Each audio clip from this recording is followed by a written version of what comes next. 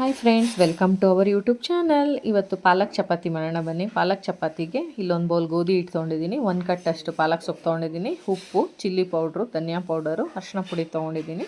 ಇವಾಗ ಒಂದು ಪಾತ್ರೆಗೆ ನೀರು ಹಾಕ್ಬಿಟ್ಟು ಬಿಸಿ ಮಾಡ್ಕೊಳ್ಳೋಣ. ನೀರು ಕುದ್ದಿದ್ದಾದಮೇಲೆ ಪಾಲಕ್ ಸೊಪ್ಪು ಹಾಕೋತಾ ಇದ್ದೀನಿ. ನಾನಿಲ್ಲಿ ತೊಳೆದಿಟ್ಕೊಂಡಿದ್ದೀನಿ ಪಾಲಕ್ ಸೊಪ್ಪನ್ನ. ಚೆನ್ನಾಗಿ ತೊಳೆದಿಟ್ಕೊಂಡಿರೋ ಪಾಲಕ್ ಸೊಪ್ಪನ್ನ ಬಿಸಿನೀರಿಗೆ ಹಾಕಿದ್ದೀನಿ. ಇದು ಒಂದು 5ರಿಂದ 10 ನಿಮಿಷ ಬಾಯ್ಲ್ ಆದರೆ ಸಾಕು.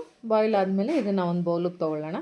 ಸ್ವಲ್ಪ ಇದು ಕೂಲ್ ಆದಮೇಲೆ ಮಿಕ್ಸಿ ಜಾರ್ಗೆ ಹಾಕ್ಕೊಳ್ಳೋಣ. ಇದನ್ನೀಗ ಮಿಕ್ಸಿ ಜಾರ್ಗೆ ಹಾಕ್ಕೊಂಡು ಚೆನ್ನಾಗಿ ಗ್ರೈಂಡ್ ಮಾಡ್ಕೊಳ್ಳೋಣ.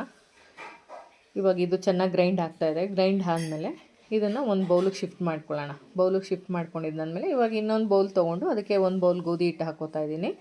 ಒಂದು ಸ್ವಲ್ಪ ಉಪ್ಪು ಹಾಕ್ಕೊಳ್ಳೋಣ. ಇದು ರುಚಿಗೆ ಎಷ್ಟು ಬೇಕೋ ಅಷ್ಟು ಉಪ್ಪು ಹಾಕ್ಕೊಳ್ಳೋಣ. ಇಲ್ಲಿ ನಿಮ್ಗೆ ಯಾವ ಥರ ಬೇಕೋ ಆ ಥರ ರುಚಿಗೆ ತಕ್ಕಷ್ಟು ಉಪ್ಪು ಹಾಕ್ಕೊಂಡು ಖಾರದ ಪುಡಿ ಹಾಕೋತಾ ಇದ್ದೀನಿ. ಇಲ್ಲಿ ಖಾರದ ಪುಡಿನೂ ಅಷ್ಟೇ ನಿಮಗೆ ಯಾವ ಥರ ಬೇಕೋ ಆ ಥರ ಖಾರಕ್ಕೆ ಹಾಕೋಬೋದು. ಮತ್ತು 1 ಸ್ಪೂನ್ ಧನಿಯಾ ಪೌಡರ್ ಹಾಕೋತಿದ್ದೀನಿ. ಸ್ವಲ್ಪ ಅರಿಶಿನ ಹಾಕ್ಕೊತಾ ಇದ್ದೀನಿ.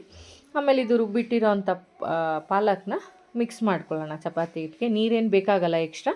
ಅಕಸ್ಮಾತ್ ನೀರು ಬೇಕು ಅಂದರೆ ಪಾಲಕ್ ಬೇಯಿಸಿರೋ ನೀರೇ ಇರುತ್ತಲ್ಲ ಅದನ್ನೇ ಹಾಕ್ಕೊಂಡು ಮಿಕ್ಸ್ ಮಾಡ್ಕೊಬೋದು. ಕಲಸಿದ್ದಾದಮೇಲೆ ಸ್ವಲ್ಪ ಎಣ್ಣೆ ಹಾಕ್ಬಿಟ್ಟು ನಾದಿ ಇಡೋಣ.